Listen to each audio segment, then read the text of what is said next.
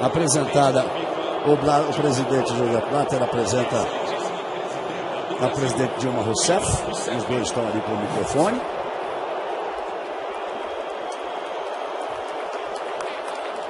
Algumas vaias a presidente da República.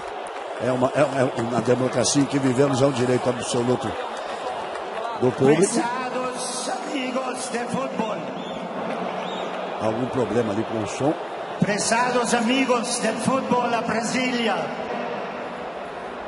Aonde está o respeito e o fair play, por favor?